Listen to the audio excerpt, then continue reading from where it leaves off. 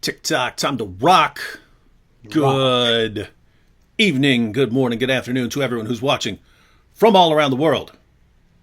Your friendly neighborhood philosopher, D. Wood, the Dizzle. With me now is the prophet of apostasy himself, Allah's last and greatest messenger, the apostate prophet. How you doing? The friendly neighborhood prophet. Thank you. I'm doing very well. How are you, David? Good. Why don't you give us a little update on the little one who's been keeping you busy? Oh yeah, the little one. My wife just gave birth. Now we have a little boy, a little child, a little baby. This is our second baby, our second little boy, and spending a lot of time taking care of babies now, of a baby now. Mm-hmm. It's a very nice, fun thing to occupy yourself with. Naturally, I don't have as much time doing all my other stuff here, but hey, at least I'm doing something that is good, right? Mm-hmm. What do you like better, babies or the teachings of Muhammad? That's a hard one. I don't know. I can't answer that. I have to think about it. All right. So, have you noticed? I know you've noticed because we've talked about it before. But have you viewers noticed the meltdown that has been taking place mainly since Muhammad Hijab's interview with Sheikh Yasser Qadhi? Why don't you give us a little background? Although we're going to watch some video clips of a Muslim talking about giving us the background. But AP, have you noticed that the meltdown seems to have accelerated after that? Yeah. It's getting better and better, man. It's amazing. Do you want to start from the very beginning?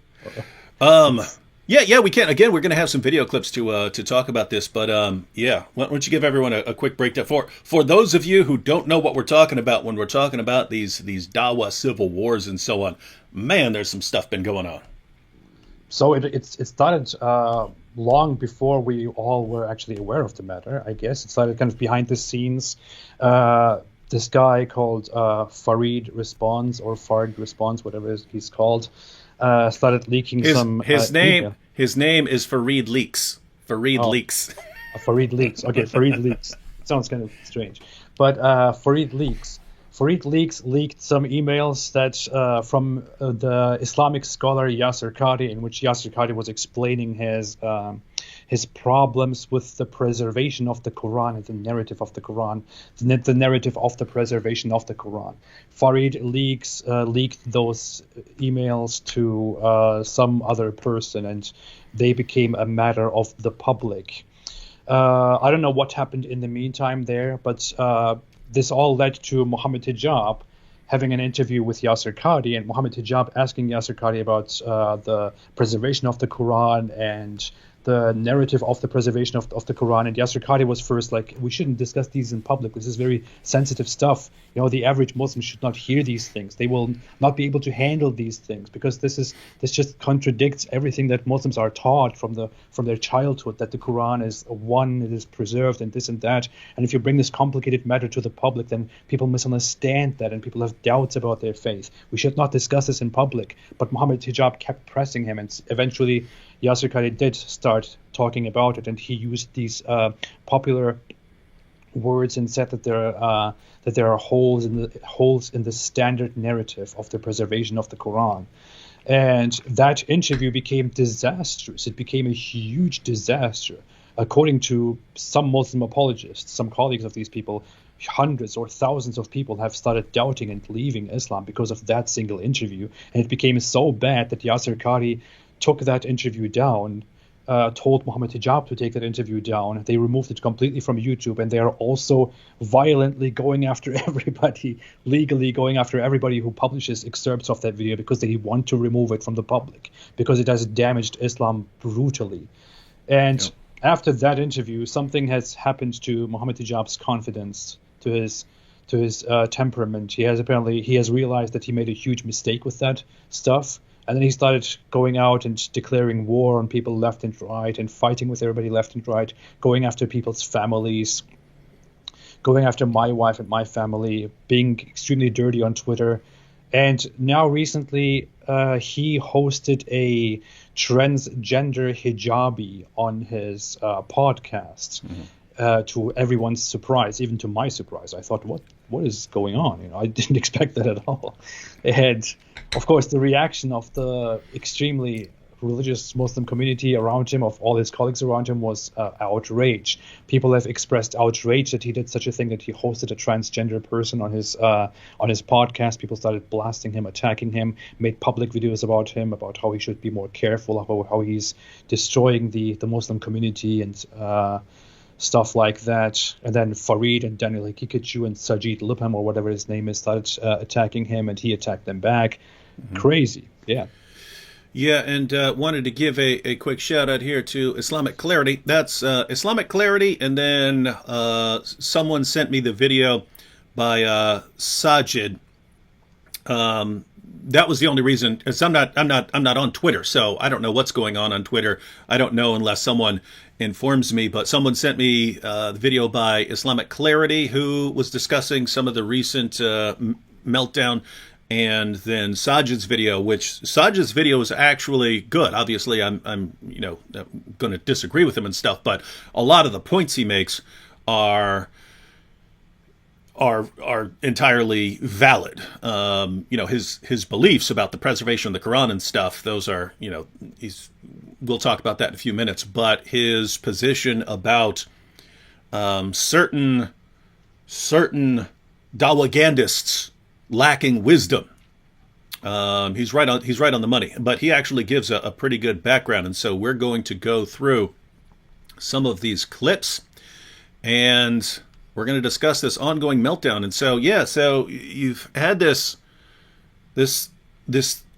mess brewing, and you could see it with Yasser Qadi, you can see it with Shabir Ali, that you have this younger generation of Muslims, and they're rising up against their scholars and their leaders, the leaders of the previous generation. And guys, do you remember me calling this like 80 times? Do you remember me calling this, AP? Yeah. Yeah. So here's what you have, and for those of you who who didn't see previous live streams when we talked about this kind of thing, here's the situation. For many decades, as far as Muslims doing debates or presentations and so on in the West, historically what you had would be Muslim organizations putting forward some representative of Islam. And this representative of Islam would be picked based on whatever would be most effective in that area. So if you were talking about the West, that's why people would put forward someone like Shabir Ali. He's nice and calm. He sounds very scholarly. He's quoting all sorts of scholars on whatever he talks about and so on. So they would put forward someone like Shabir. So what you had was Muslim organizations carefully choosing who's going to represent Islam in various parts of the world. Well, if some speaker starts getting out of line or gets involved in controversies or says something that they don't want being said in the West, or somewhere else, wherever we're talking about, then the organization can pull that person back, because the organization has a degree of control over that situation, and they could put someone different forward, right? So what's happened more recently is a Muslim speaker, Muslim preacher, whoever, debater, can actually take a different route. He can just become popular on the internet. So due to the rise of the internet, someone can grow in popularity without having to go that traditional route of, being an approved speaker by some organization. He can just become popular directly, right, through the internet. And then that person can then go out and say whatever he wants, because his words aren't being checked, and his reputation is not being carefully crafted by organizations. And so you have people like Sheikh Yasser Qadi and Shabir Ali and Jamal Badawi and these guys who've been representing Islam in the West for many years. Now you've got this popular level of Muslim apologists. So Muhammad Hijab, Ali Dawah, all of these guys on the internet, the sort of up and coming guys like Farid Leaks and so on. you've got these guys, and they're just becoming popular with the Muslim population. Now, what I've been saying is these guys, since they lack the kind of wisdom, that the older, the previous generation had, and since they don't have the same level of accountability that the previous generation had, these guys are just going to go buck wild. Their popularity is going to go to their heads. They're going to end up doing really stupid stuff. They're going to become, several of them already are narcissists and egomaniacs. And then what you're going to have is you're going to have the older generation start trying to rein these guys in. And these guys, you're just mad at me because I'm so popular. You're jealous of my popularity, and that's why we will bring you down too. And they will start crushing each other. And the younger generation will win, and then they will all start destroying each other, throwing each other under the bus. So that's what I said exactly would happen, and that is all I've seen happening, especially since the infamous holes in the narrative interview with Mohammed Hijab. Anything to add before we go on to? No, that's it. That's a good point. It was in the past so that certain individuals who reached a certain status within their community and also in the West became public figures who taught about Islam and spoke about Islam and defended Islam because it required some acceptance from higher, more serious levels of society, from institutions, for people to become popular. And those people were popular in the past. They were popular 10 years ago, 20 years ago. And with the rise of the internet, of social media, certain individuals who should not be out there because they have serious personal problems suddenly started jumping into the ring and becoming Muslim apologists and scholars. And some of these individuals were even hired by more serious institutes, by more serious Islamic institutes and Islamic schools, and then were kicked out or let go, or they distanced themselves from those organizations. I don't know, if you look at these people, we have currently in the popular on stage, we currently have people like Mohammed Hijab, Ali Dawah, Daniel Hikikachu. These are all people that you would not have found among the known representatives of Islam 10 or 20 years ago. They became public by young Muslims or by Muslims in general without them going through a process of academic education. By Muslims making these people popular, they became popular. And when you look at these people, Ali Dawah is, I don't know, he's pretty embarrassing and pretty bad, and pretty bad for Islam in the way he treats people, in the way he talks about others, he acts, he talks about fellow Muslims, and so on. He makes implications of sexual assault and murder and all that stuff about people's families and people's babies even. I mean, that is stuff that he did. You would have never heard stuff like that from the known Islamic apologists and scholars 10 years ago. And Mohammed Hijab became popular through him, and he's even worse. He directly goes after people's families and, breaks from the traditional Islamic approach and does whatever he wants to do while making so many blunders that cost Islam so much. And yeah, it's just hilarious to watch this. But what I think, though, is that this is the true face of Islam kind of coming forward, because now the average population elects their own representatives, their own scholars and apologists. And the most popular of them right now is Mohammed Hijab. And we all know what kind of a character Mohammed Hijab is. He's definitely not somebody who does Islam any favors when we look at Islam as outsiders. He definitely doesn't represent it as something good. And that person was made popular by the average Muslim, not by us. It says a lot about Islam. Yeah, and so that's a situation we're in right now that, yeah, if you, as you pointed out, if you went back really 10 or 15 years, you wouldn't find people saying this stuff, right? I mean, one of these hand-picked representatives of Islam sponsored by an organization, if you were to ask, if you were to stand up when they're speaking and say, hey, does Islam call for my death because I left Islam or because I criticized Islam or something like that? No!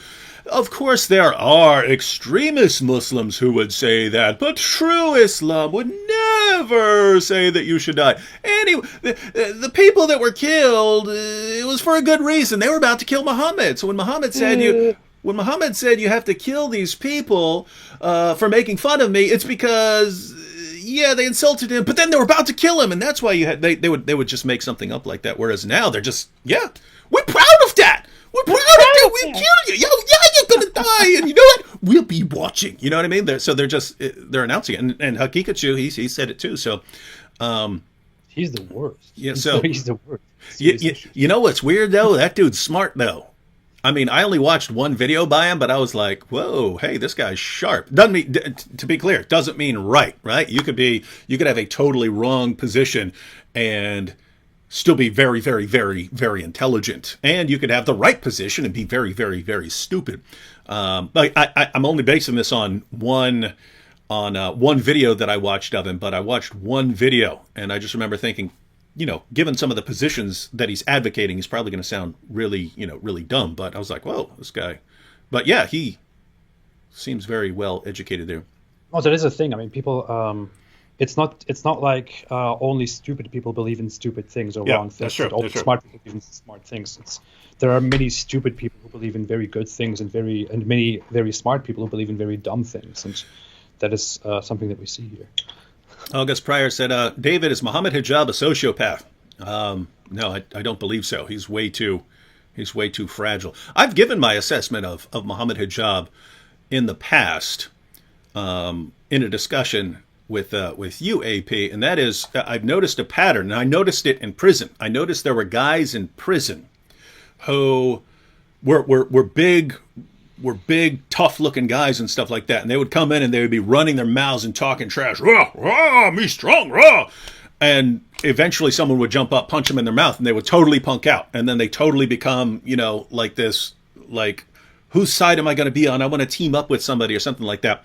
And the best way I could explain it is these are guys who psychologically they're beta males, right? They're not actual real tough aggressive dudes, but because they're very often these big hulking dudes, people always treat them like they're in charge, and so they live these kind of double lives where they start acting like they're these psychologically tough alpha type dudes, but they're not. They're looking for someone to be in charge, and it's basically. I mean, we've seen it with AP, we've seen it with me. Every discussion or debate that hijab goes into, he has to try some dirty way of getting an advantage, right? He'll say, okay, here are all the rules that you have to follow, and then he'll break them all. Or with you, he has to sort of surprise you. Ha ha, I'm here. I said I would debate you, then I said I wouldn't, but now I'm here. Ha ha, right? He always says, that's not a strong, confident person, right? That's someone who is deeply insecure about his own abilities and therefore has to try these things. Something that he did there, just a quick note to add, don't forget where you are, but when he came in, what he did was to say this to me: don't be scared, don't be scared, don't be scared. That's what he said to me, Although I, challenged him to have this online debate for a month, he came in and said, don't be scared, don't be scared, don't be scared. And he immediately acted like he was this tough guy and people were scared of him. I was scared of him. Tried to apply tried to project this dominant, this fear, and tried to show this dominance over something which he clearly fled from for quite a while. So he is pretending, and he's wildly dishonest about his feelings and about his actual strength. Mm-hmm. But go on, sorry. Oh, so I was just pointing out that's my assessment, that and that's why he has a lot of these issues, and that's why this only ends in disaster. He doesn't have a kind of psychological toughness that you need in order to be putting all your claims out there and be attacked. And you can see as soon as people start blasting him, he starts whining and complaining, right? Yeah, that also is not something a strong, confident person, like, did you not think that was going to happen? What planet are you from, right? As soon as you start whining about, people are coming after me, even my own people are coming after me. If you're pointing it out for some reason, that's fine. If you're pointing out, hey guys, I'm doing this, and look, these guys are saying, but this is why they're wrong. That's one thing. But so that's my assessment on. But that's why this can't last, right? The more popular he becomes, the more people are going to come after him, And the more, fitna you have in the Muslim community, the more of his own people are going to be coming after him. And if he can't handle that, which he can't, eventually he's going to break down in epic fashion. Uh-huh. He posted yesterday or the day before, whenever that was. He posted how hard it is to be a Muslim apologist, to be a Muslim missionary. So hard. Are you kidding me, man? He said no one will employ you, non-Muslims will attack you, Muslims will attack you, this and that. This little whiny attitude. Like, are you kidding me, man? You are Mohammed Hijab. You are constantly telling people that they should stop crying, that you are strong, and this and that, and you want people to be executed and killed and exiled and whatever. And there you are. It is so hard to be a Muslim apologist, to be a Muslim missionary. And the stuff they whine about, oh, people are disagreeing with us, oh, people are doing that. Like, people threaten us with brutal murder all day, every day. And we do point it out, but I mean, it's not hurting me, right? I mean, it's kind of funny, and we've been going through this a lot longer and under far worse circumstances than hijab. I mean, think about that, right? There's a guy who shot to popularity. Yeah. He's got this entire massive base of fans, and anytime anyone disagrees with him, he, you see how everyone's coming at me? Oh, I don't know what to do. Anyway. So sad. Allah's message here said, debate halal Homer. Guys, I don't know what planet some of you guys live on, but we've been practically begging Muslims to come on here and to have some debates. I have said it before. I have made the challenge to debate every single one of these non-Muslim apologists. I've said I'm ready to do it. Let's do it in front of an audience, in front of a moderator. Let's do a timed debate. And although they all bragged about how they were to destroy me and destroy you and destroy us and destroy everybody, they are all suddenly quiet. I don't know what's going on. I'm not bragging. I'm just saying, hey, let's have that debate if you're so loud about it. But no. Yeah, and we. I mean, especially when Sam and I would be doing topics, we would invite all of them on. We would say, all of you can come on here and have this discussion on this topic. That's how confident we are. They won't go near it. So Allah's message here, if you want to see some of this. Oh, also, after Anthony's recent debates with Shabir Ali, I had Anthony on we just went live a little after the debates, but I had Anthony on there and I said, for people who don't think that Shabir did a good job, do you agree to take on any of these other guys who think they could do better? He said yes. So that's Anthony Rogers, just debated whether the Bible teaches the Trinity and whether Islamic monotheism is pure. He agreed, and what's amazing is we'll still have people, well, why are you guys just here talking and not debating? Guys, that's not on our end. That's not on our end. So I would, by the way, love to have a debate, a very normal, proper, respectful debate with Shabir Ali. I think it would be very interesting. I would love to do that. So if this ever reaches him, please, let's do it. And no disrespect, no mockery, nothing, just completely respectful. And let's see.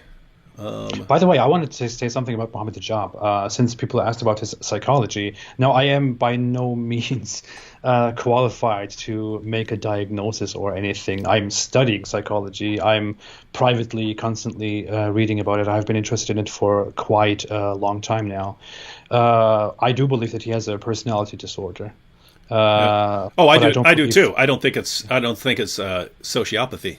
Yeah, I don't think it's antisocial personality. I think he probably. I will not make. I said I'm not making a diagnosis here. I'm in no such position. I'm not making a claim and saying this is true. But as far as I see it so far, it looks like he has a narcissistic personality disorder.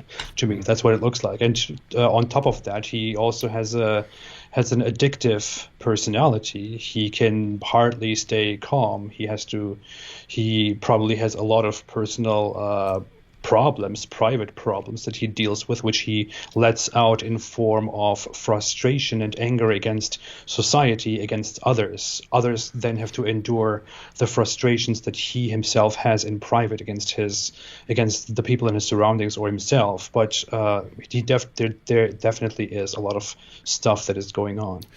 Yeah, and he should take care of that before trying to save the world and trying to convert the world.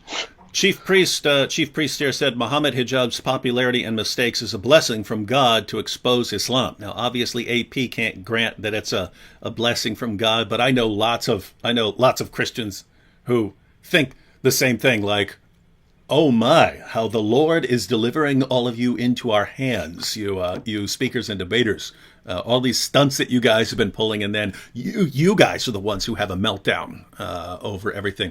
But yeah, we have a comment here, and I went ahead and looked through some of Hijab's tweets here. And let's see, up here at the top. So hard. It's so hard to be a public Dawah personality. Hijab said, if you want to be a public Dawah personality, this is what you should expect. 1, become unemployable. 2, become a target for non-Muslims. 3, become a target for many Muslims who don't agree with you. 4, strain your family life. 5, be in physical threat. So hard, man. Makes me feel bad for him. But that comment about being unemployable, that's the reason I went ahead and looked it up, because Tiara said, if any UK employer checked up on Muhammad Hijab's social media, that's why Muhammad Hijab would find himself virtually unemployable. Has he been told to find a new job by the Dawah high Hijins? Yeah, so that is the situation. If you have someone who just can't control his behavior and does really, really dumb things, then yeah, that's why these guys are going to have some trouble keeping him in check. But Hijab, we know you're watching, Hijab. You can't not watch. You're a narcissist, right? Let me go ahead and break this down for you, Hijab. Don't listen to them. Muhammad Hijab, don't be sad. So can you read this? Do I have to read it the other way around here? No, you're good. No, we saw it. What did you do? Okay, Yeah. okay, whatever. No, yeah, this is just my little piece of solidarity. Just don't be sad, Muhammad Hijab. You're not alone. Yeah, I want to tell you, Muhammad Hijab, you've become massively popular in a very, very short amount of time. You do not need to listen to anyone. You do you, man. You do you, because there are obviously a lot of people out there who want to see what you're doing. So don't listen to them, dude. Don't listen to them.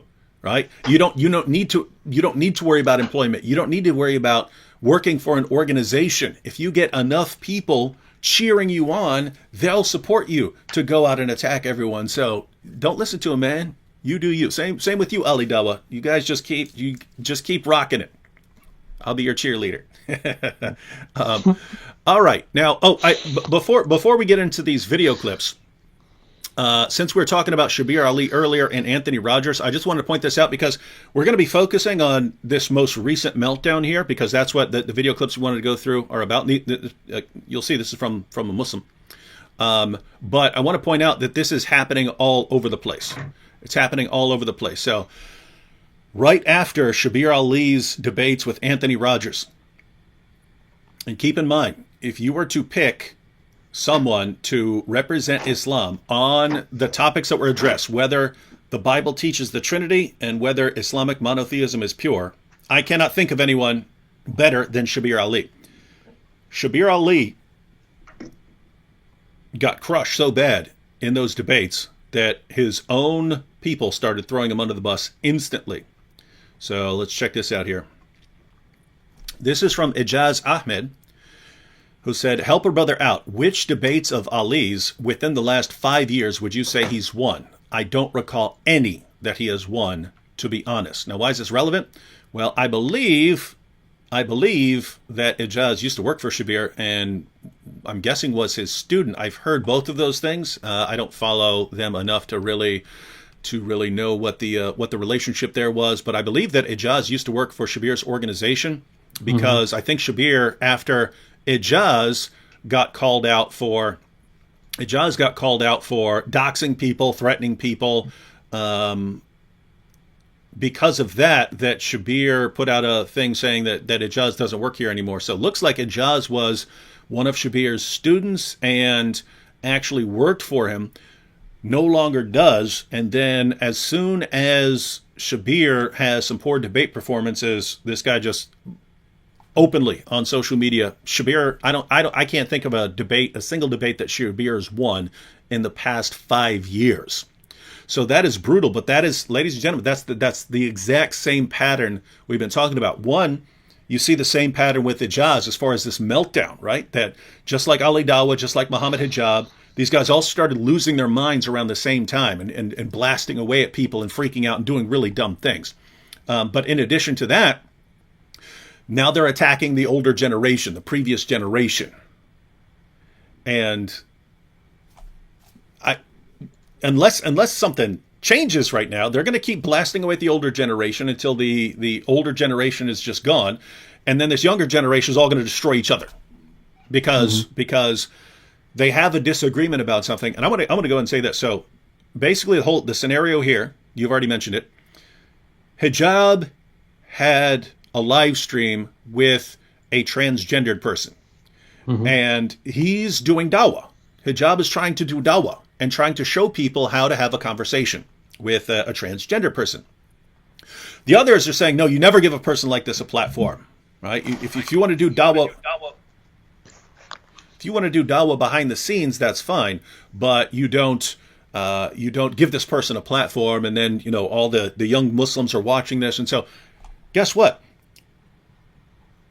Both sides can make their case here, right? Hijab can say, hey, this is an issue. I'm going to talk about it publicly so people know that this is how you handle the situation. Other people, hey, you don't give that person a platform. They both have a case.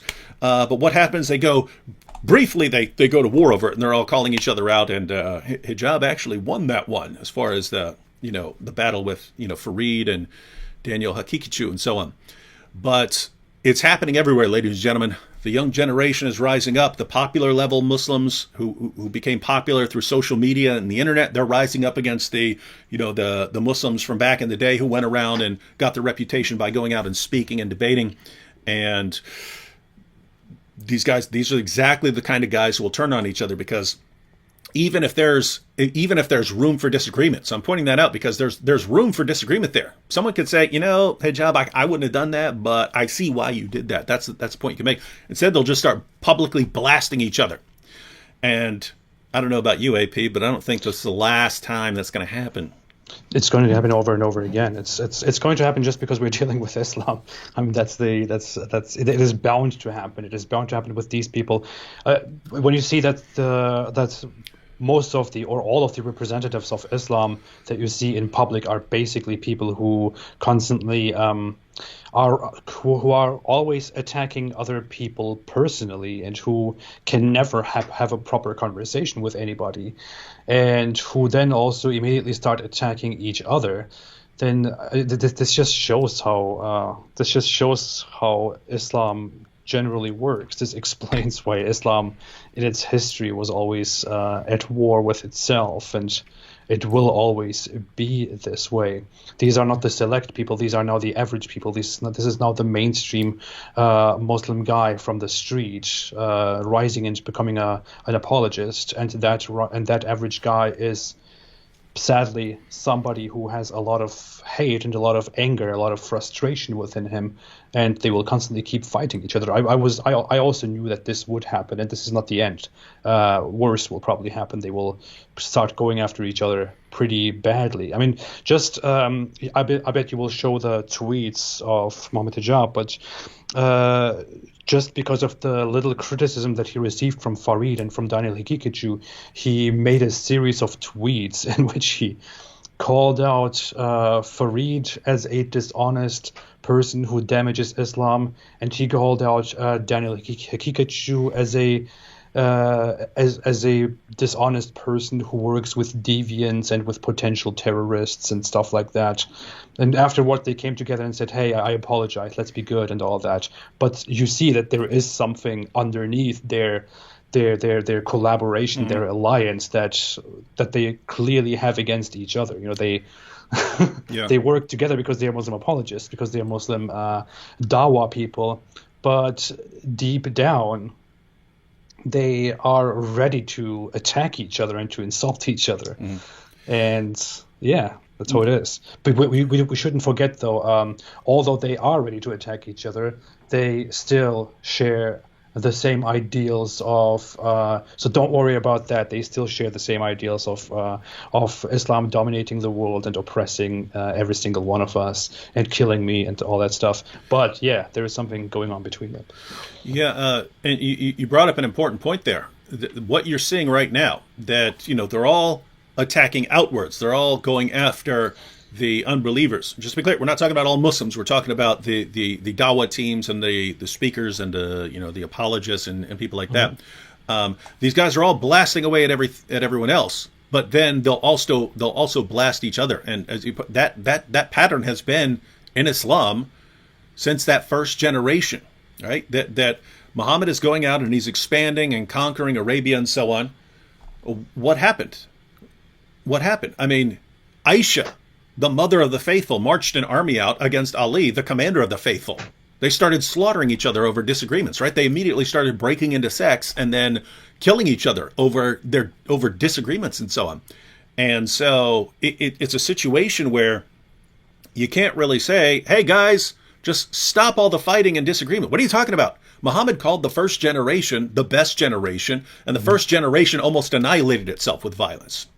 So what you can say is, hey guys, we need to focus our, disagreements and attacks on either on the unbelievers or on, sects of Islam that are clearly, on a different path and stuff. But we're all Salafis here, or we're all this or that. So we need to be nice to each other. And so, and yeah, as you pointed out, I do have that tweet here before we get into some video clips. But Fareed and Daniel Hakikachu started pointing out, hey, this is not a good idea giving someone who's transgendered a platform. And Hijab responded to Fareed, which he's taken down now that they're all best buddies again. Question for Fareed: who was the person who leaked the emails of the private group to Abdul Rahman Hassan?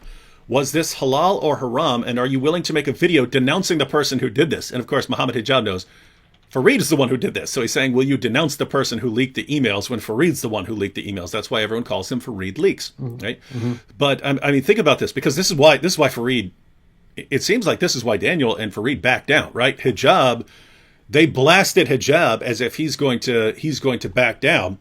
And instead it's, wait a minute, I can blast you guys for all the stupid stuff you've done here. And then they're like, oh, okay, well, this is just going to destroy all of us together because we've all done really, really stupid stuff. We're all about to start blasting each other. And man, okay, let's be buddies again. Let's be buddies again. So, rough situation, man. But I mean, think about this. It's Fareed, you leaked Qadi's emails to people, and that, of course, led to the infamous holes in the narrative interview, which is what has destroyed the confidence of countless Muslims in the Quran. You really want to start blasting people for doing stupid stuff because you're the stupidest of all here, aren't you? Right? And Fareed, okay. I'm sorry. Wow. All right. These people really think they can give Muhammad Hijab nice advice and just tell him, hey, improve yourself, be better. They think they can really do this. You can't do that stuff with Muhammad Hijab. Oh, me strong. Oh. He will not back down. You don't tell me. If this guy told them, hey, you guys, you're right, I'm so sorry, they wouldn't have apologized for being public. They would have said, well, thank you for accepting your faults. We can all be better. And they would have, they would have taken it as a victory, as for granted that they can now tell Muhammad Hijab how to act and how to correct himself. But that's not what Muhammad Hijab is. He can never back down. He needs to always counter, be strong, show that he is he has the upper hand, and he can destroy you, he can blast you. And even if it went forever, he would counter them until he explodes. He won't back down. You can't do that stuff with that guy. He's too arrogant, too stubborn, too dishonest. Look at this, and this is crazy because it's still going. How many times do we have to answer this? Look at this. Darkness to Noor here says, Ijaz is live right now. Go debate him. He is inviting Christians. Guys, I don't even know what it is. I'll say it 1,000 times. Sam Shamoun spent months challenging people on 3 topics. They seem like topics that every Muslim would want to take up. Then Anthony Rogers just agreed, yes, I will take on any of your apologists on these topics. all anyone here has to do is contact and say, hey, I'm ready to take on Anthony Rogers. I'm willing to take on David Wood on this topic. I'm willing to take on Sam Shamoun on this topic. I'm willing to take on the apostate prophet on that topic. I'll make it happen. No problem. What I don't understand is how we invite people on. We say, hey, guys, we'll even do an entire week on this series. Everyone can come on. Everyone can come on and join us. Nothing but crickets chirping. And then as soon as we start going live on other topics, then it's, what? Why are you running? Oh, why aren't you facing them? My goodness, dudes. This is pathetic. All right, let's go ahead and check out some video clips. Okay. All right, so this is from Sajid, who seems like he seems to have more wisdom than some other people that we're discussing here. All right, ready? Extremely hateful individual, though. I have no idea what's wrong with him. But yeah, at least, yeah. Okay, Hey, that's something you and Hijab agree on, because that's what Hijab said, something like that. All right, here we go. Yeah. You know, the first thing that really just, to me, crossed a line was his first interview with Yasser Qadhi. I mean, if you're familiar with my channel and some of my older videos, I've been very critical of Yasser Qadhi. I personally think that he has said things, he's made certain stances so clear that his foundational understanding and perspective of Islam is incorrect. That whenever somebody of knowledge, somebody who's a student of knowledge or somebody who's involved in Dawah, for them to give him a platform, for them to try to cover for him or try to excuse some of the completely blatant statements of misguidance that he has spewed, I find that to be extremely problematic, to say the least. All right, now so he sort of sets up the topic right there and points out that his first problem was with Hijab giving someone a platform, giving Yasser Qadhi a platform. And so that's actually a nice lead-in, because that's going to be his ongoing problem with Hijab, is that Hijab keeps giving people platforms that he doesn't think these people should be getting platforms from popular Muslims. But you kind of see here the same thing, that you have this younger generation rising up against the older generation. And wow, this is just going to be a kind of ongoing problem here, that the younger generation's going up against the older generation to get them out of the way, and no idea where this is going to end. I do want to say, though, now, AP, you say Hijab doesn't like Sajid here. We could look at some tweets. Hijab definitely doesn't like Sajid. You say he comes across as angry. I don't know him. I have no ill will towards Sajid here, and I really have no dislike for him, because I kind of like people until they do something slimy, right? And then that's when I stop liking them, or I want to go after them and something like that. But yeah, I'm not familiar with Sajid.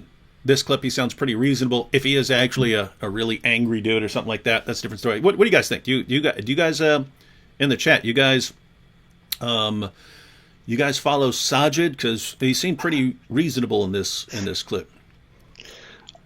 I have to say, I think I encountered some of his stuff before.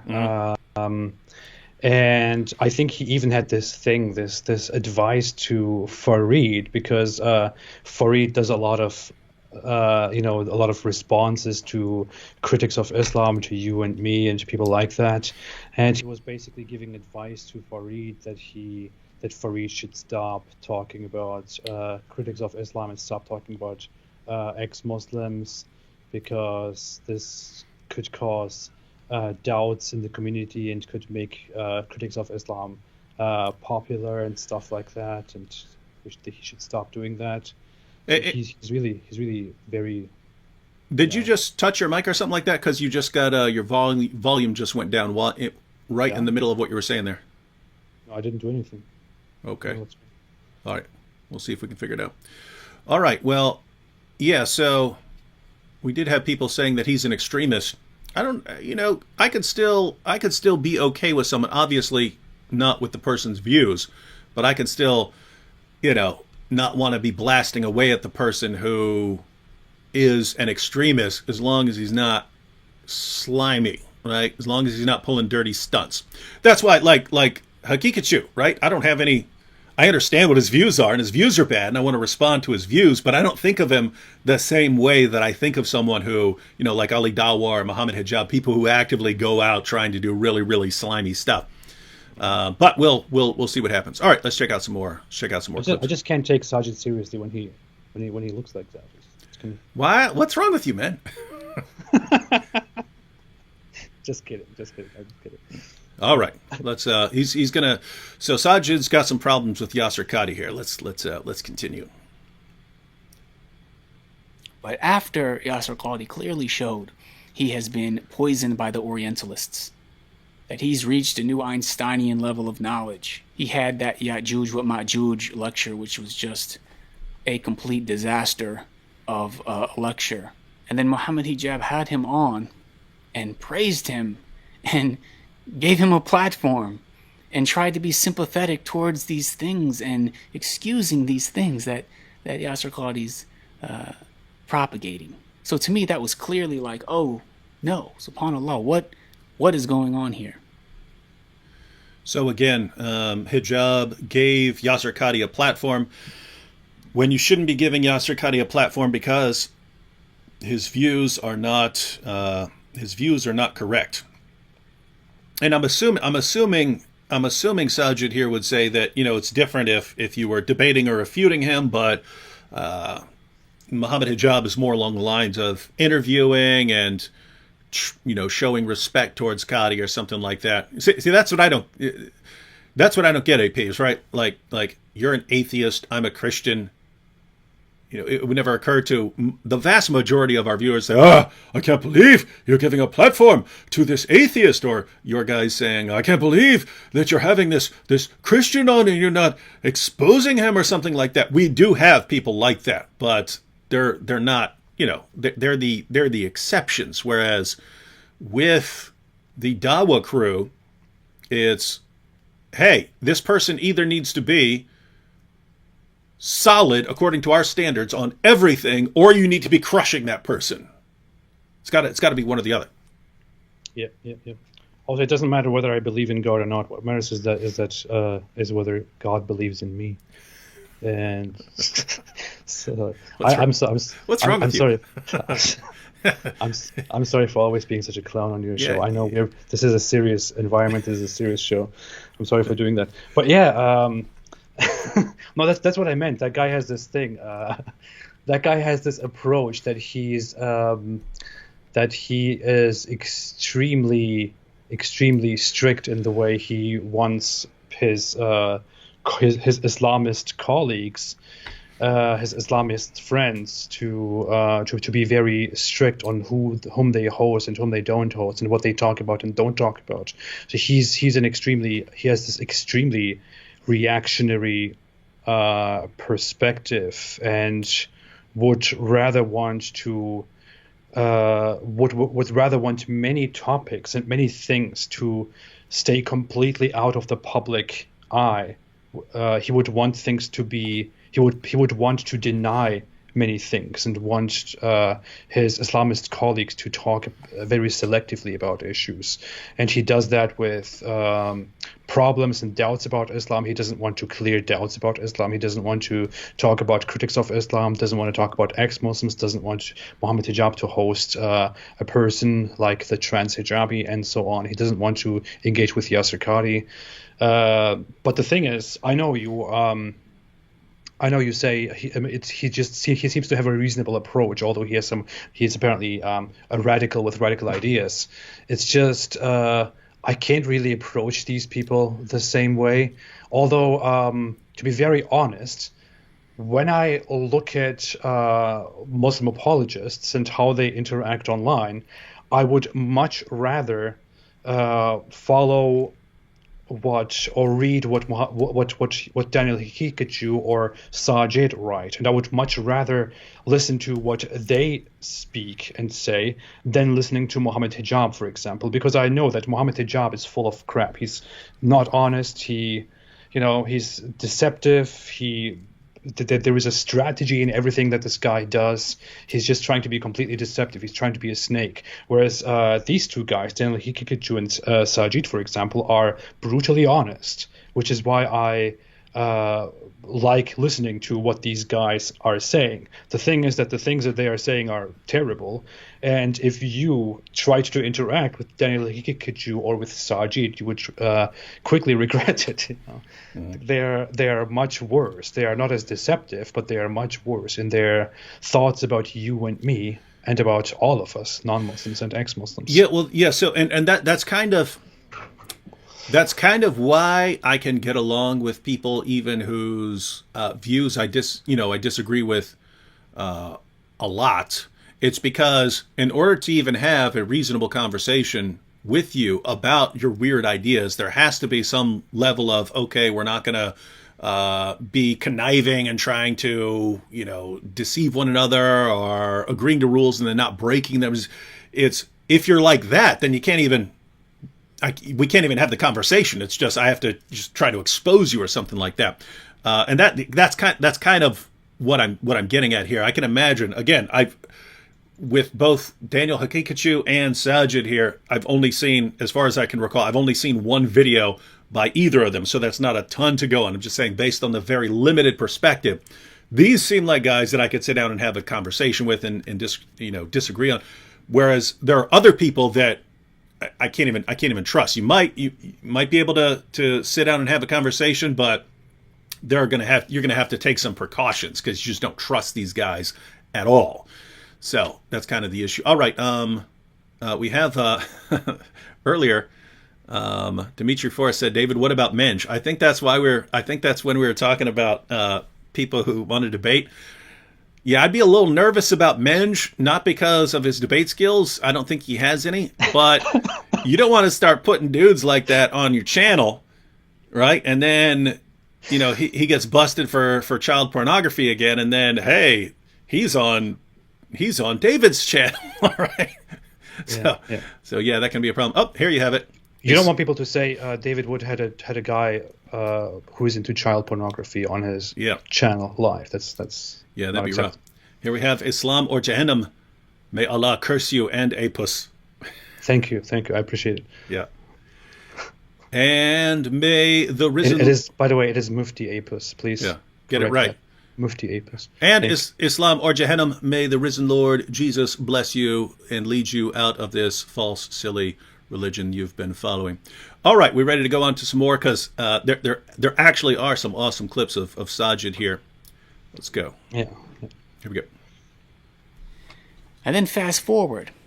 After Yasser Qadi then goes on to teach these Aqidah courses, after having praised, the Orientalist universities and the Western thinking and shown how he's been so harmed by it, and he's teaching these classes with Orientalist texts on advanced Aqidah with no prerequisites, teaching books from Kufar, like it's amazing. Then Muhammad Hijab has him on again, and this has to be probably the most damaging podcast, I think, to date in regards to the Durat and the destruction it caused. Did you catch that? Let me go back there.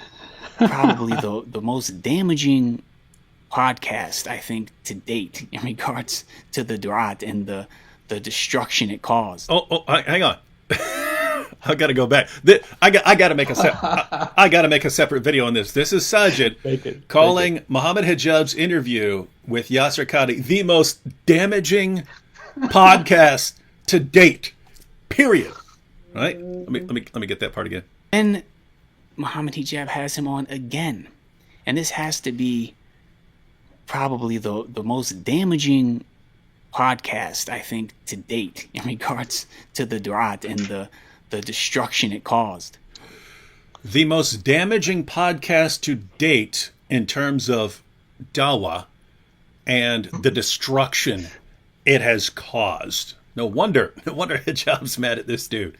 Let's clarify what he's talking about. Yeah. He's talking about the interview in which Mohammed Hijab and Yasser Qadhi talked, and Yasser Qadhi basically explained that there are problems in the standard narrative of the preservation of the Quran. This caused shock waves among Muslims and non-Muslims alike, and has caused a lot of damage, a lot of harm to Islam. People are leaving Islam because of that interview. People are doubting Islam because of that interview. Everyone was in shock for quite a while, and they still are. But you know what's funny?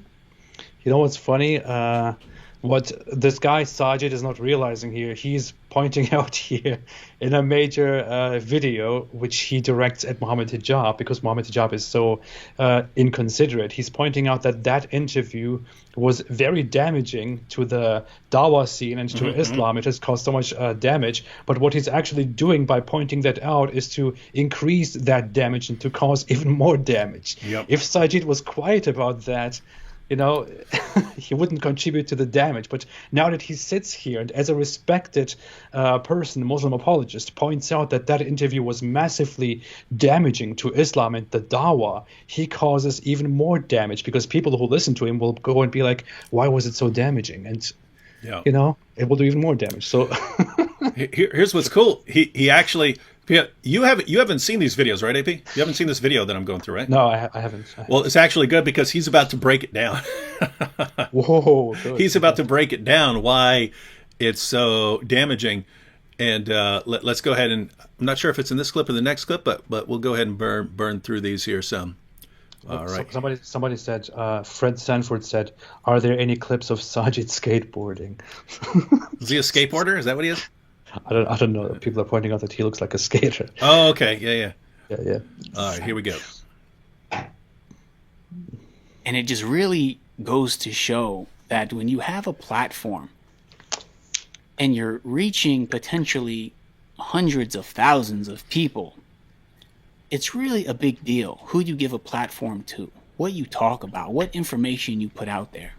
Because Yasser Qadhi came on this time, and subhanAllah, if people couldn't tell from his clear language about his usul being messed up, we've just seen him progress and just expose himself. But then he goes on to Mohammed Hijab's platform and starts giving the preservation of the Quran question. Like, I'm speechless. Yeah, and for those of you who haven't seen that, Qadhi was extremely careful. He was extremely careful. He didn't want to talk about it. Mohammed Hijab made him, and that's why we love you, Mohammed Hijab. We love you for pushing him into that. And we love you, Fareed, for leaking those emails, which led to that. We love all you young Dawagandists for what you're doing for us. But Yasser Qadhi was extremely careful without basically denying facts that would immediately expose him as a liar, right? So he was saying, yes, all of the different kirat, they all go back to Allah. And what he's saying is, we've got some problems as far as understanding how we ended up in this situation where we have these different versions of the Quran in terms of how does this connect to the ahruf? And his point was, hey, so we have these, 7 ahruf, and now we have all these different kirat, and what's the connection? And his point was, in the Muslim community, we will give some explanation, and then we'll all accept it. We won't really challenge it because we're kind of looking for something to solve the problem. But Western academics do not have that red line. And so as soon as you point out something, they'll point out a problem with it. And Yasser Qadhi said, and they're right because they're quoting your sources to you. And so Qadhi still believes that all of these different versions of the Quran somehow go back to the original authentic revelations of that Muhammad received.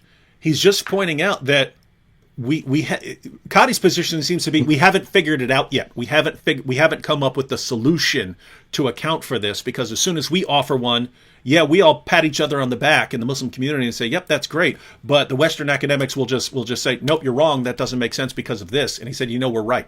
I mean, they're right." So notice it wasn't, the Quran's been corrupted or anything like this. The point is, for people like Sajid, that was still too far, right? These guys seem to want one Quran perfectly preserved right down to the letter, no difference anywhere in the entire manuscript history of the Quran. If you say anything other than that, you've been corrupted by the Orientalists, right? And it's so stupid, right? Go to Dan Brubaker's page. He's putting Quran manuscripts up on the screen. He's saying, look, here are 11 textual variants on one page of a manuscript of the Quran.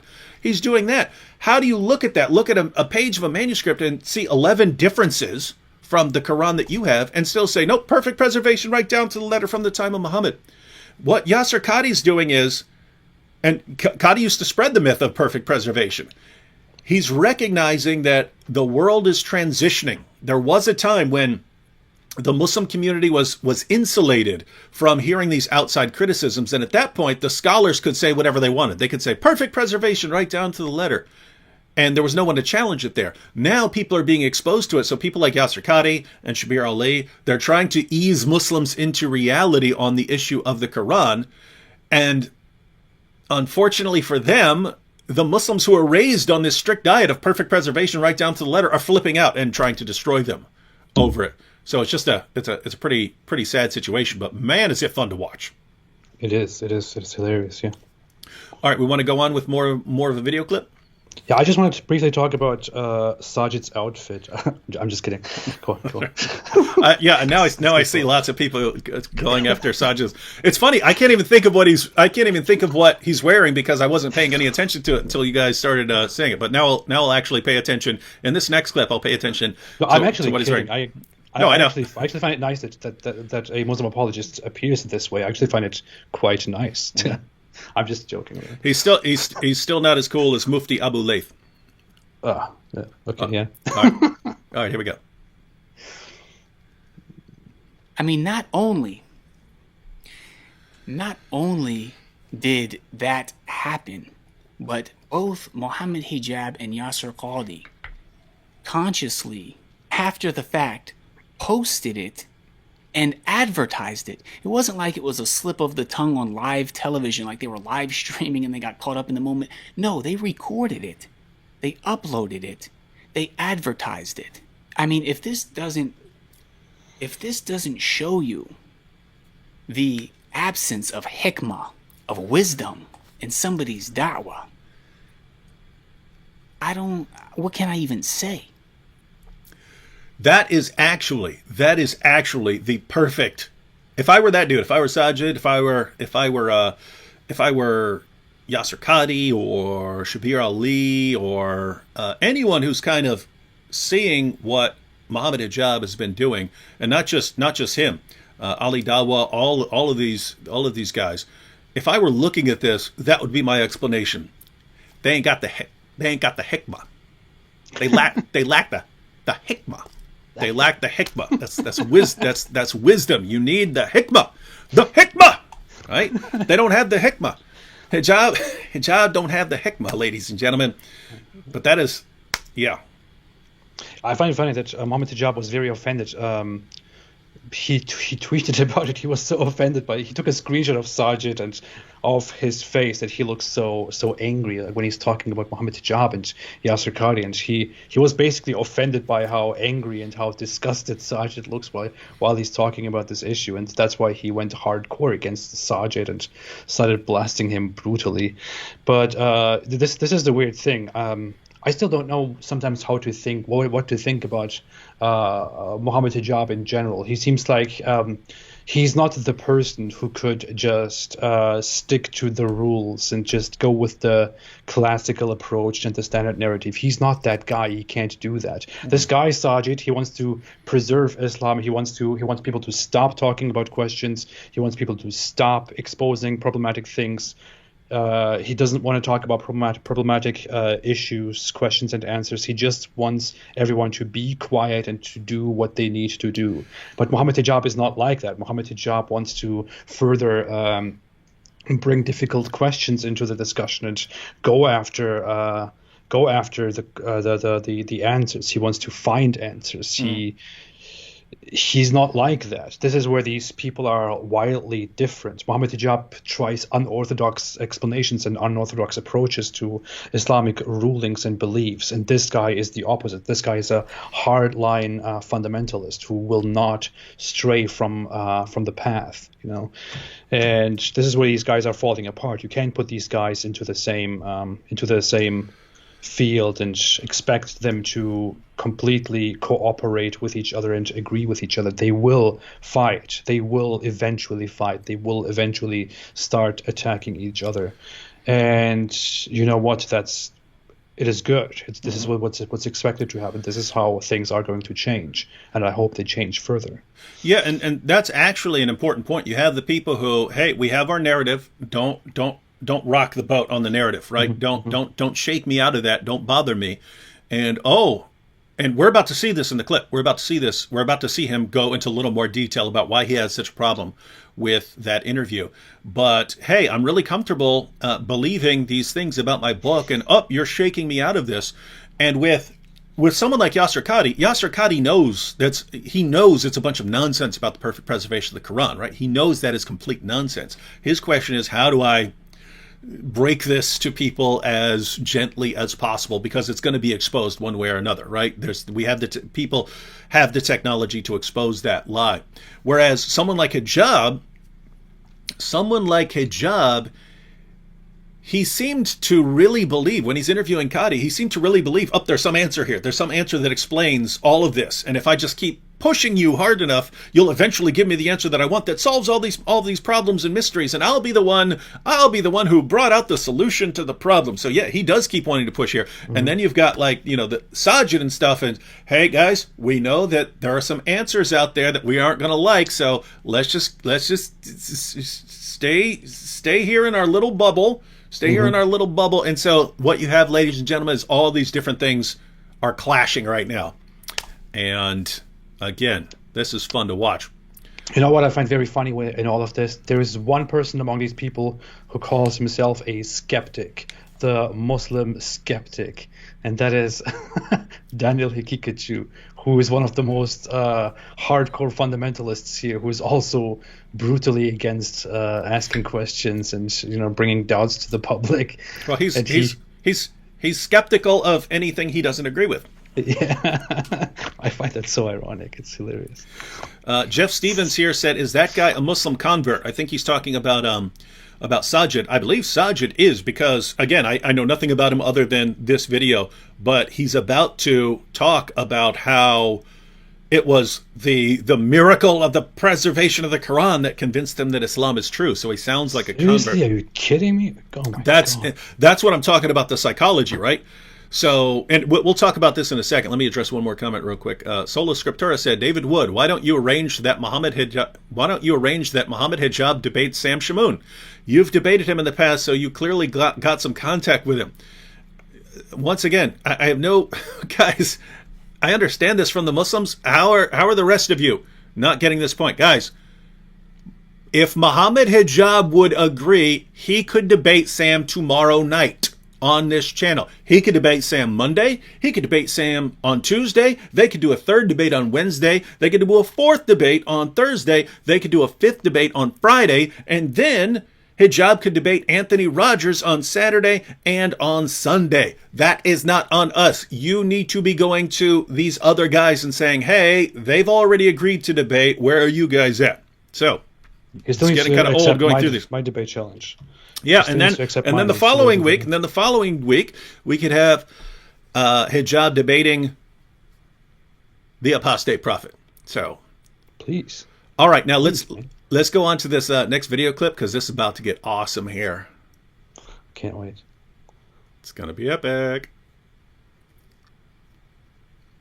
You know, ever since that podcast, subhanAllah, those of us who are involved in da'wah, like myself specifically, I'll talk from my own experience, the amount of comments I get from Christians, from people who are against Islam and they want to sow seeds of doubts in the minds of Muslims, over and over and over again, they use speech and quotes from Yasser Qadhi, from Muhammad Hijab's podcast, to try and do that. It's like every single day on social media. The reason I embraced Islam fundamentally in the very beginning was because I saw that the Bible wasn't preserved. I wanted to know, did Allah give us a preserved scripture? And when I found the Quran was clearly the speech of Allah subhanahu wa ta'ala, clearly it has been preserved, clearly, no doubt about it. No doubt. That has been like the main talking point when I give da'wah to people, The to main Christians talking point. specifically. So for that podcast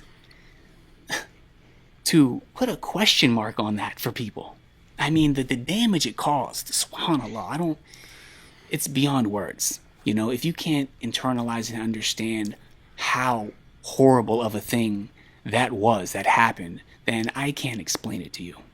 This is no joke, brothers and sisters. This is amazing stuff here. Everybody who's doing that, everybody who is spreading the whole holes in the standard narrative. This is not a joke. You're doing an awesome job, everybody. But guys, think about this, because now you understand what's going on. Now you understand why there's such a backlash, right? This guy said, I saw that the Bible has not been preserved. So I wondered, did God give a book that's been preserved? And then I found the book that there's no doubt about. It's been preserved, the Quran. And so that's apparently how he became a Muslim. He concluded that the Quran has been perfectly preserved right down to the letter. How did he conclude that? Did he go around comparing manuscripts? Did he study the history of the Quran according to even Muslim sources? No. He heard it, which back then would have been from someone like Sheikh Yasser Qadhi. He heard this, he mindlessly believed it without investigating, and then all of his confidence in his religion was based on that, which is a complete lie. And then, at no point did he ever bother to actually seriously investigate this, which was, again, the entire basis for his confidence in Islam. He then went out and used this in his dawah to Christians. You Christians, your book has textual variants. In the Quran, there are no textual variants. Not one, anywhere. Perfect preservation right down to the letter. It's a miracle. Alhamdulillah. Right? The truth is so hard. Yeah. And then, so basically someone like Yasser Qadhi comes out and it's, let's face it, what Yasser Qadhi's interview is, guys, we're living in a difficult time of technology where if I tell you the truth about the Quran right now, I will get blasted by all of you for destroying your faith. But if I go ahead and continue the lie like I used to do in the past, I'm going to get laughed out of academia, because if I say something as insane and stupid as perfect preservation right down to the letter, I will never be able to show my face at another academic conference again, because they will all know that I'm a liar and I will have the reputation of a horribly, horribly dishonest person. That's what he put out there, right? And so it's just, oh yes, keep your confidence. We're working on a solution, but there's some holes in the narrative. And then he can't take it, right? This would destroy my faith. This would destroy my faith. And what's the solution? We have to marginalize people like Yasser Qadhi, represent him as some sort of heretic or something like that, someone you should never listen to. And that's what you're left with. And notice he's complaining, and now when I do my dawah, I can't even do my dawah anymore. I go to the Christians and I say, Christians, did you know that your book's been changed, but there's only one Quran anywhere? No difference anywhere in any manuscript? And they go, yeah, what about Yasser Qadhi over there? No, I can't take it. Why the Yasser Qadhi? Right, guys, look, I'm just going to, fantastic. For those of you who are unfamiliar with the issue, I'm going to give you both sides real quick, right? Has the Bible been corrupted? That depends on what you mean by corruption, right? If you mean textual variants, yes, there are tons of textual variants in the manuscript tradition of the Bible. Guess what? It's always this. Anytime you have human beings copying large books by hand, you're going to get textual variants. The vast majority of things that can't even be translated, right? They're like spelling differences and things like that, where the word John, for instance, in Greek can be spelled with one N or two N's. Well, guess what? You'll find a bunch of manuscripts that spell John with one N, and you'll find a bunch of manuscripts that spell John with two N's. Those are textual variants. Those count as differences, right? You have a couple of instances where it's actually a significant passage. That's the longer ending of the Gospel of Mark and the woman caught in adultery. Other than that, they're small things. Some of them do affect translation, but what you never ever have is something that would undermine a Christian doctrine, right?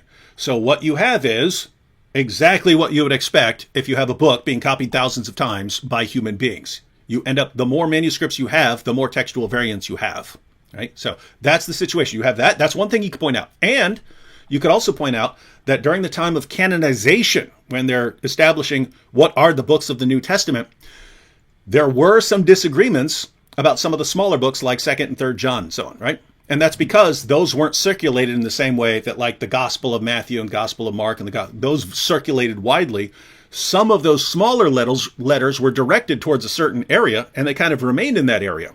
And so once you're getting to the point in history where, hey, we're gonna talk about what are the books of the New Testament, some people in other areas are like, wait a minute, we don't use that book. And so you had those kinds of disagreements. So those are the things you can say honestly. You have lots of textual variants, differences in the manuscripts. You had some dispute about some of the smaller books of the New Testament. And at the end of the day, none of the differences would undermine any important Christian doctrine. Right? So that's what you can say and not be either completely ignorant or a liar. Right? That's what you can say. Guess what? If that's what you mean by corruption, because that's not what I mean by corruption, right? If that is what you mean by corruption, you say that's what corruption is, guess what? The Quran's been corrupted. Do you have tons of textual variants in the manuscript history of the Quran? Yep, lots of them. Lots and lots and lots of them. You have tons of textual variants. So if that's what you mean by corruption, then your book's been corrupt. If your definition of corruption is, well, if you have some disputes about what goes into there, guess what? Abdullah ibn Masud said there are 111 chapters in the Quran. Ubay ibn Ka'b said there are 116 chapters in the Quran. And the Quran you have today has 114 chapters. Did they have disputes? Yes.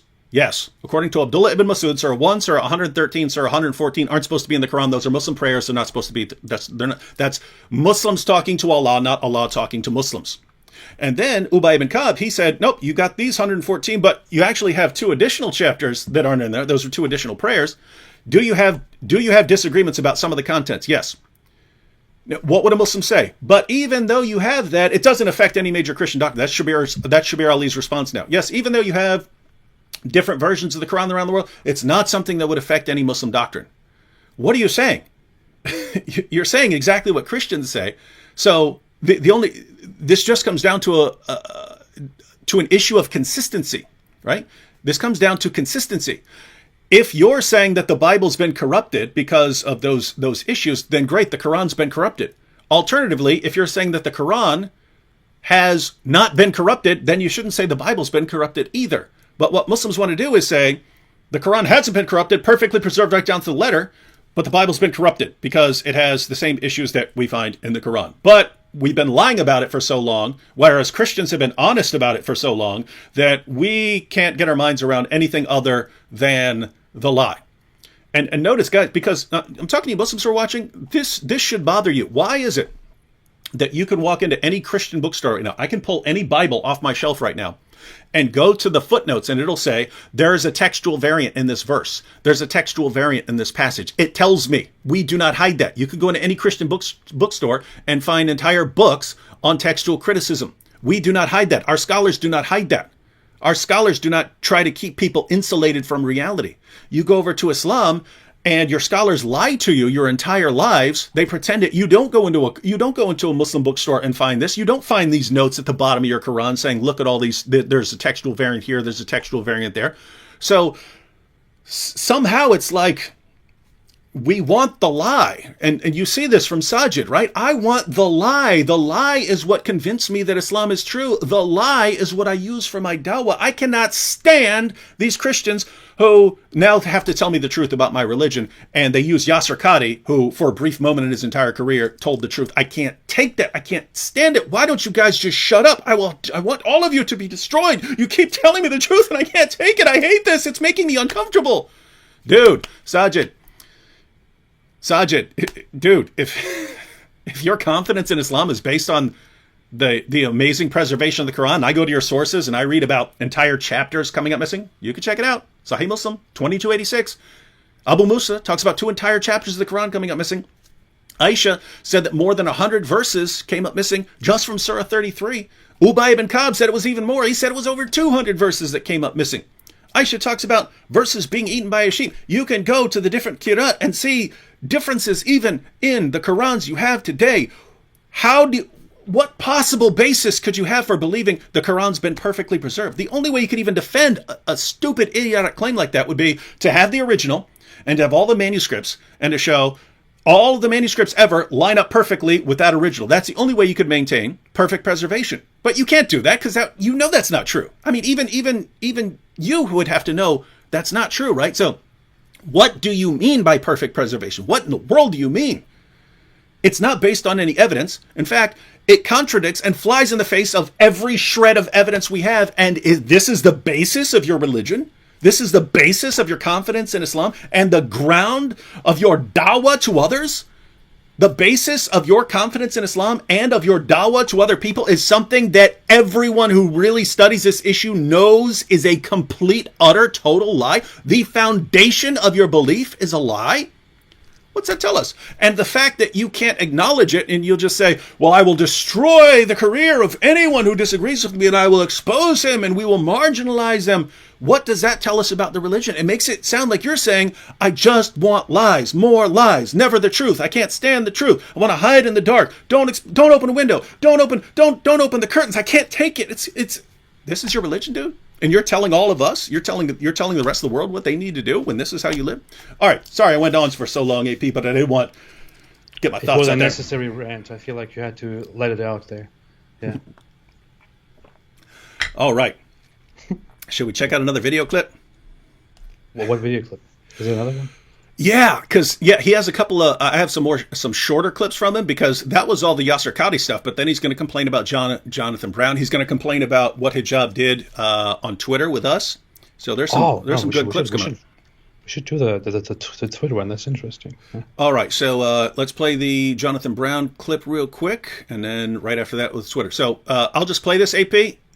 Then you can share any thoughts on that, and then we'll go on to the Twitter one. Yeah, for those who don't know who Jonathan Brown is, he's part of the Yaqeen Institute in America, which is I think the biggest Islamic knowledge institute in America, I guess. And although he is a fundamentalist Islamic scholar, he has some approaches that these fundamentalist Muslims are quite angry about, and they accuse him of kind of reforming and changing Islam to make it more approachable by us bad non-Muslims. Yeah, so go. Here we go. And you'd think that that's enough, but it's not. Like, there's so much more that can be said. I mean, there was the Mohammed Hijab podcast with Jonathan Brown.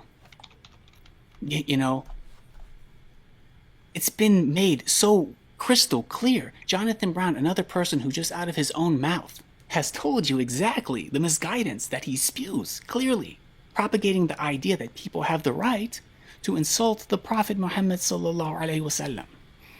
And he's given a platform on Mohammed Hijab's podcast where Mohammed Hijab, he's trying to, get him to say the right thing, just like he did with Yasser Qadi. But Jonathan Brown, just like Yasser Qadi, keeps doubling down, letting you know, no, that's how he really feels. Any thoughts on that, AP? I say something here. I really want to be careful with the terms that I use here, with the words that I speak here. But Jonathan Brown is not somebody whom we critics of Islam and non-Muslims should be thankful to. He is not somebody who is changing Islam or reforming Islam or sugarcoating and making Islam better. He is somebody who has a strategy, who goes a different way to go to the same end goal, which is to impose Islam and to live in an Islamic world where Islam is, in the most brutally authoritarian way, imposed on the rest of us. The issue is that Jonathan Brown is a Muslim apologist, a Muslim scholar who wants to make Islam as sweet as possible and as innocent as possible to the public on our way to Islamic, domination and majority. He does still believe that we should in the future live in a state where people cannot insult Muhammad, where people cannot leave Islam and criticize Islam, where people cannot do all these things that Sajid also thinks people should not do. But he sugarcoats Islam on its way to get there just because he needs to, because he's in America and he sees that people don't like Islam because of how authoritarian and hateful and awful Islam is. He wants to make Islam sweeter, more accessible to the average American, to the average Western person. And that is what Sajid is angry about, because people like Sajid and Daniel Kikachu, for example, they want to be brutally honest about Islam. They want you to say what is truth about Islam. If Islam says we kill those who leave Islam, if Islam says those who insult Muhammad will be punished, then they want to say that. They want that to be spoken honestly and directly. They do not at all appreciate the approach that Jonathan Brown has, who tries to trick us all and lie to us all in order to eventually get to the same result. So that is actually what is going on here. What's going on here is not that these people have a different understanding of Islam. These people just have different methods and different approaches that Sajid is angry about. I do have one clip of Jonathan Brown that was one of my favorite clips of all time. He was speaking somewhere in the UK, and he was talking about Muhammad and so on. And this was back when Muslims had really bought into the myth that Aisha was much older. And so he's speaking, and then a Muslim apologist in the audience goes, one of the criticisms we get is, that Aisha was only 9 years old, but what do you think about the other sources which say she was older? And Jonathan Brown goes, what sources? And then he immediately just shot down some of the claims that are used. So I did like that. But we have had a bunch of people, Tatiana and Fred Sanford here, point out, why is this dude whispering? Right? I mean, he's in his room. It's like, is he trying not to disturb someone in the next room or something? Because he just talks like this the entire time. And I mean, come on. What's wrong with you, Muhammad Hijab? What's wrong? Gosh, come on, dude. What's happening here? I should start making videos like that. Man. We gotta be careful. It's funny. All right, so that's the Jonathan Brown. And now we'll have talk a little bit more about hijab here and what happened on Twitter. And then there was also this, I don't know what happened. It was a couple of days on Twitter, posting ex-Muslims' wives and acting like a stand-up comedian and insulting them to the point where David Wood does some video where he's eating a page from the Mus'haf, from the Quran, and all types of craziness. I mean, it's like, how many times does somebody have to show you they lack hikmah with their da'wah? That is the question for all of the Muslims here. How many times does someone need to show you that he lacks hikmah in his dawah, right? Because notice he's been building a case here. It's, hey, look at this. He had Yasser Qadhi in there and destroyed all of our confidence in the Quran. And then it was Jonathan Brown, and now everyone thinks that it's okay to mock Muhammad and that people don't need to go on a killing spree over this stuff. And then he's got dudes eating the Quran. And we could even expand on that with him and Ali Dawah. He even had AP ripping up the Quran. And then there was this frenzy of ripping up the Quran. Why did all that start? Guys, I would not have done that if hijab had not started blasting away at people's what? I'd had Surah 6 verse 108 of the Quran in my pocket for a long time. I knew there would be a situation where this would arise, that if someone is hurling insults and abuse, you can actually put them in check by saying, okay, well, if you do this, then I'm going to do this to your book. I knew that. But if the situation had never risen, I never would have had to pull Surah 6, verse 108 out of my pocket. And so it's like, dude, where's your hikmah, man? Where's your hijab? Where's your hikmah? Where's your hikmah, bro? Where's your hikmah, man?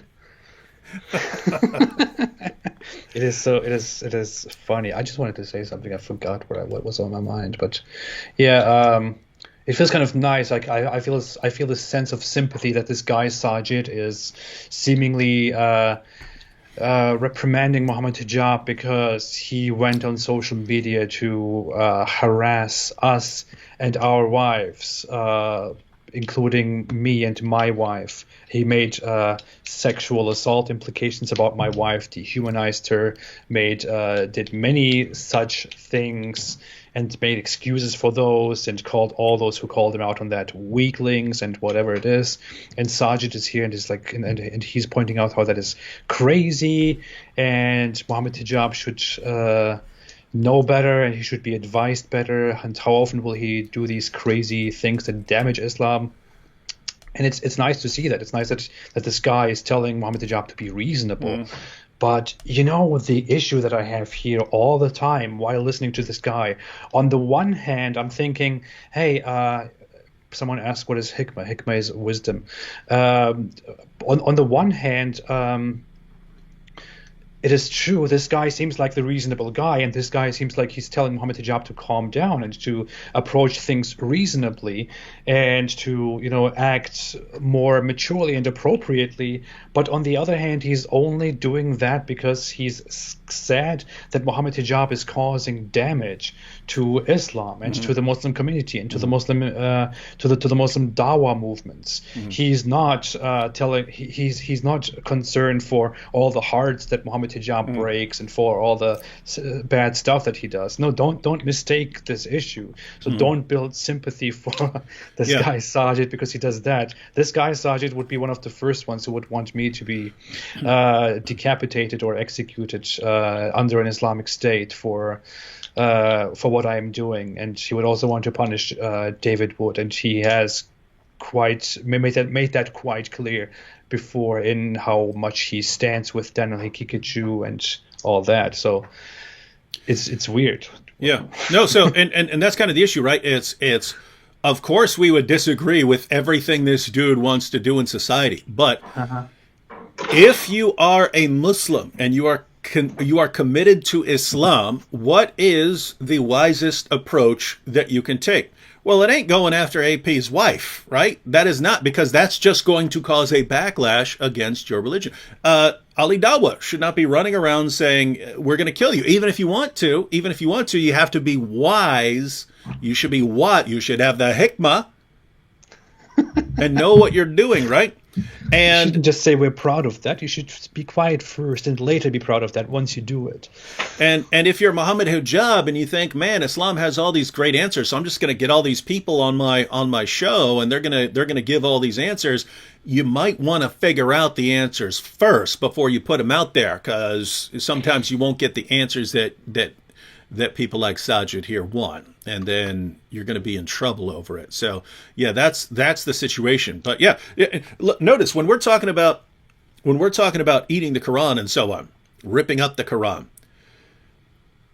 from an Islamic perspective, and this is kind of what, at least for me, you were doing it for a slightly different reason. You were doing it to make a point about how is this more valuable than my life? How is this more important than a living human being? With me, it was just, hey, there's something in your book which Allah says should make you as a Muslim stop with the insults. And that's if someone's going to hurl insults back at your religion, insults and abuse back at your religion. You're supposed to stop. So for people like Sajid, they have that basic level of wisdom. And I think tons of Muslims are like this as well. They have that level of wisdom. Hey, I do not want to cross certain lines with people like David Wood or the apostate prophet, because I know what they'll do in response. I know that, and therefore I do not want to cross that line. with hijab is, be strong, your wives want real men, right? He was actually saying that some of the wives of the ex-Muslims actually want to be raped by their captors and stuff like that. He was saying disgusting stuff like that, right? And you should have the basic level of wisdom that says, maybe I don't want to go down that road because someone might come back at me a bit harder. All right, or he came to our live chat on my channel, for example, and started talking about how peeing on you and stuff. Yeah, we should pee each other and have sexual activities. Wow. Oh, and by the way, that I don't know if anyone brought this up because I only kind of skimmed through some stuff and then I watched this video by Sajid as well. That's the main reason I don't think hijab should have done that interview with the transsexual Muslim. It's that hijab already clearly has some weird viewing preferences online and some weird fetishes. I mean, over and over again, we saw when he was sharing these comments, over and over we saw people would say, "I had to look that up. I had to look that up. Oh my goodness, how disgusting! But I had to look that up." Hijab seems to be familiar with all of this, and then in addition to him having, he's so with the wives of ex-Muslims, he's tossing out these veiled threats of rape and torture and bondage. Then he's tossing all of these golden showers comments at us. And then he has his interview and, let me get a transsexual on here that I want to talk to. It's like, dude, let someone else handle that one because there are already some people who are suspicious about, your viewing habits and stuff, but something's going. Dude, get someone else to do that one. I have to point something out. I have recently seen this. I recently saw somebody post something. I'm not sure about this, but I feel like we might have some answers as to why Mohammed Hijab so freely talks about these very strange sexual things that he talks about online that he shouldn't be talking about. And I think one of the answers to that is someone shared a video in which they said this guy is the teacher, the mentor of Mohammed Hijab. And it is basically a video of some Islamic scholar / teacher at some Islamic institute in the UK. And that guy is supposedly, when you look at the comments, the teacher of Mohammed Hijab. And that guy basically talks to his own audience, to his own Muslim audience, while teaching them about Islam, about very explicit sexual things. Sexual toys and all that kind of stuff, and that is like, and people are like, what the hell? Like, how is this guy talking about this stuff? Muslims are commenting that. And I was about to say, you can't talk about Islam seriously and go through the Muslim sources without getting very sexually explicit. Muhammad being covered in semen and things like that. But no, he's getting much weirder, much more explicit, and talking about things that no Muslim ever talks about, that no Muslim scholar ever talks about. So I saw that and I thought, okay, this explains something, But I wanted to look into that more. Gildan Diljet said, David, can I please sample your escalator comments for one of my dubstep songs? Yep, you can do whatever you want for your dubstep songs. All right, let's get down. I think we're getting down to. We do need to burn through these real quick, because we definitely don't want to go past the next hour. But yeah, so we'll just. I have 3 clips left, so we'll do these kind of rapid fire. Pull up 3 clips. Yeah, but these are kind of the advice at the end. But okay. All right, let's check this out. I guess the straw that broke the camel's back was this last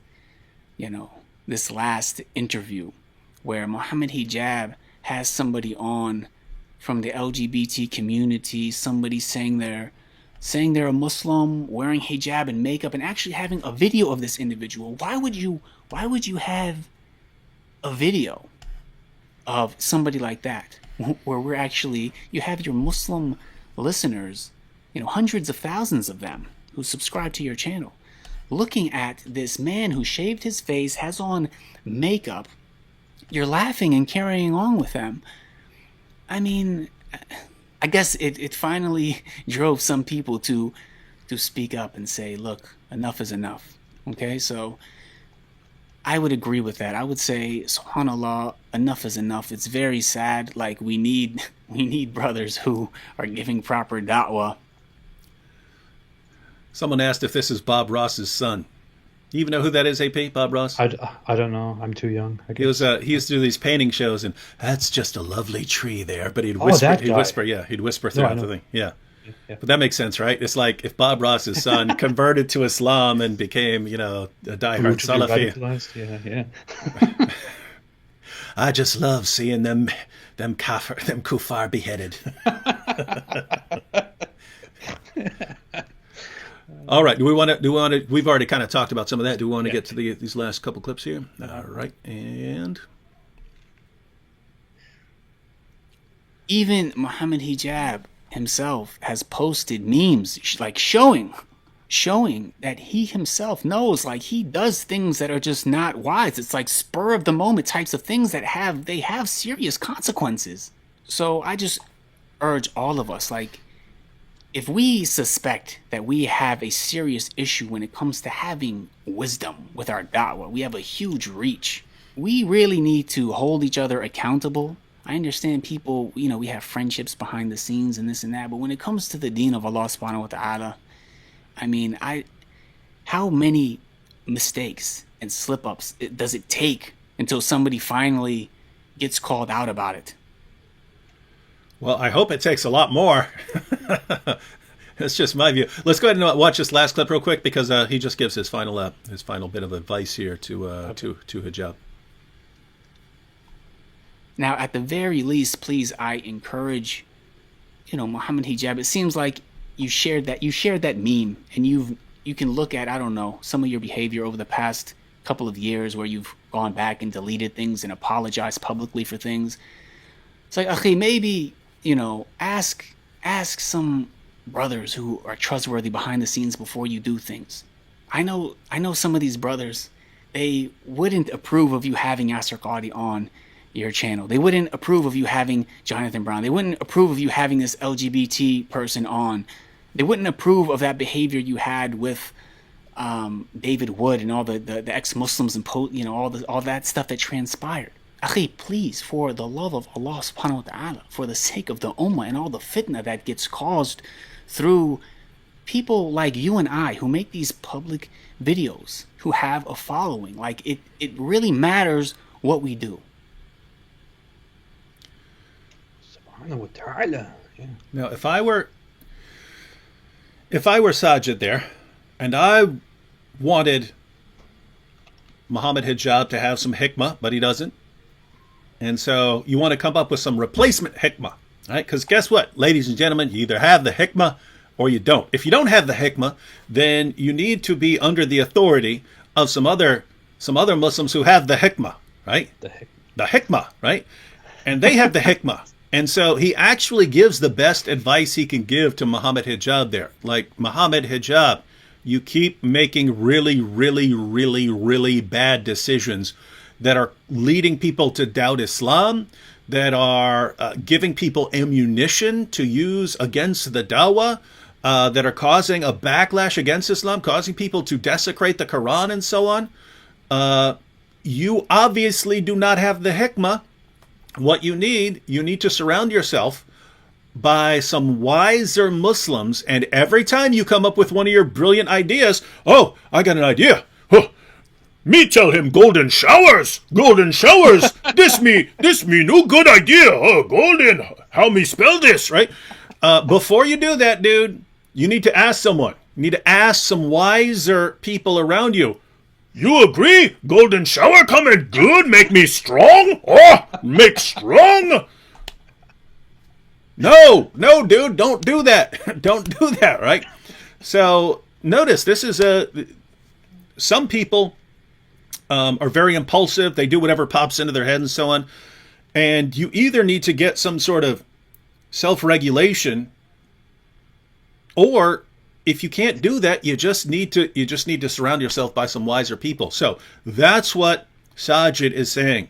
But I will respond to Sajid and say to Muhammad Hijab, do not listen to him, Hijab. You do you, buddy. Don't listen to them. You're strong, dude. You're strong. They're all weak. They're all jealous of you. They're jealous of your popularity. So you keep doing what you're doing. Get anyone you want on your podcast, on your show. Who are these people that say they don't have anywhere near your followers? Why are they telling you, the great Muhammad Hijab, what to do? Don't listen to them, dude. You just keep doing your dawah the way you do it. And, you know what's funny? And we'll be watching. We'll be watching. What is funny is that I think one of the first things that Muhammad Hijab was trying to point out in response to Sajid's video was that he makes a public video which will probably get thousands of views because he mentioned Muhammad Hijab's name in the title, and he was directly trying to imply that Sajid was also doing this for publicity and for views. I can get it up here. Yeah, and he was doing this, and the shaitan, the Satan, would find a way to Sajid's heart in more than just one way, which implies that Sajid is doing this for the publicity, to be recognized as a public figure alongside Muhammad, egoism, views, and all that stuff. And many of Muhammad Hijab's fans also then asserted that Sajid only made this public video to get popularity and to get views over Muhammad Hijab, which is very funny. Do you want to read the tweet quickly? Where is that? Yeah, I got it here. It says, matter of fact, let's go back just slightly because these kind of tie it together well. But so notice at the top here we have, if you want to be we read this earlier, but watch how it ties into the one right below that. If you want to be a public dawah personality, this is what you should expect. 1, become unemployable because of your tweets. 2, become a target for non-Muslims because of your tweets. 3, become a target for many Muslims who don't agree with you because you keep destroying Islam. 4, strain your family life, and 5, be in physical threat. Yeah. If only we knew what that felt like, AB. All right. So then right before that we had, why do people seek popularity when even a little bit of it causes so much pain and distress in life? You're constantly reminded of your mistakes and become a target for both friends and foes. It's so hard. I'm about to. If I could cry, I'd be crying right now for him, man. It's sad. All right, and then we notice. And guys, this is why I talked about that that sort of big boy beta complex, right? The big boy beta complex. The person who's always been big and strong, and therefore he's been treated like he's this really tough dude, even though psychologically he's not. Notice how quickly Hijab goes back and forth, right? Like, me strong, me crush you, me go for your wives. Oh, as soon as any criticism, it's so hard. Will anyone protect me? I can't believe it. People are criticizing me. All right. So Muhammad Hijab here said, right there in the middle, brother, if you feel you have advice to give me. Sorry, go ahead. So this is his reply to Sajid. Okay. Brother, if you feel you have advice to give me, you could take my number from Fareed or Daniel and give it to me personally, making a video with my name on it, which will get many thousands of views, may give the shaitan an entrance into your heart in more ways than one. So maybe, Sajid, maybe it's you who lacks the hikmah. You don't have the hikmah. You ain't got the hikmah. Oh, hey, dude. Hey, you guys are talking about mixing up songs, man. You need to mix up some. You don't have the hikmah, because that's the way to go. The hikmah. All right. Yeah. Go ahead and continue. Just wanted to read that since you referred to it. Go ahead. Oh yeah. So I wanted to say something about this. Yeah. Okay. Sorry. That's what you were saying. So here's what I want to point out. Muhammad Hijab is directly pointing out that Sajid is doing this for publicity, and many of Muhammad Hijab's fans are also pointing out that Sajid is probably doing this for publicity because he wants to get views over Muhammad Hijab, because he wants to be an authoritative figure. And the issue is, it is part of it. I'm sorry, these Muslim apologists might argue as much as they want that they are only doing this for Allah and for the Ummah and whatever it is, but no, it is publicity is part of this. It is always there. It is always within this, and there is absolutely no use in denying that. I'm very sorry. And here's the hypocrisy that I want to talk to you about quickly. I also have a surprise to you, David, by the way. Sweet. Sajid Lipham is, or whatever his name is the guy who is telling people that they should not talk about ex-Muslims, they should not talk about critics of Islam, they should not talk about David Wood and Apostle Prophet and transgender people and this and that because it all causes doubts and we shouldn't go after, publicity and this and that. But I just went on Sajid's video, which we are currently watching. Yeah, I went on his video, which we are currently watching, and I have this tool which shows me which tags the creator of the channel used in the video. And guess what? Sajid used 3 tags for his video to make it, to make the algorithm arise and make that video popular. Those tags are Muhammad Hijab, Yasser Qadi, and David Wood. Nice. No, wait, Hijab got this one right. Right? He's in it for the views. Mm-hmm. But guys, and he's including you. He's talking about how we shouldn't talk about these figures, but he used you as a tag to his video. But this is, guys. So think about this situation, because the more mature Dawah generation, scholar generation, apologist generation, they're being pushed out and marginalized for saying things that don't agree with what this younger generation has been raised to believe by these same guys, right? So now they're going after each other. And if you see someone like Hijab doing the stupidest things you've ever seen in your life, I mean, just wrecking people's confidence in Islam, just practically begging people to desecrate the Quran, right? You see someone doing all of this, you got to keep your mouth shut, because if you open your mouth, then you're just trying to get popularity, right? You're seeing this guy is so popular. Guys, called it, been calling it. I said, as these guys get more and more popular, they aren't going to be able to take it. Anyone who disagrees with them, how can you disagree with me, right? It's like when Candace Owens and what's her name? That rapper, Cardi B were having their Twitter feud. And I didn't see the actual feud. I saw some videos that people made going with the back and forth exchange. But Cardi B was saying, how can you disagree with me? I know more about you. I pay more taxes and I have the #1 song, right?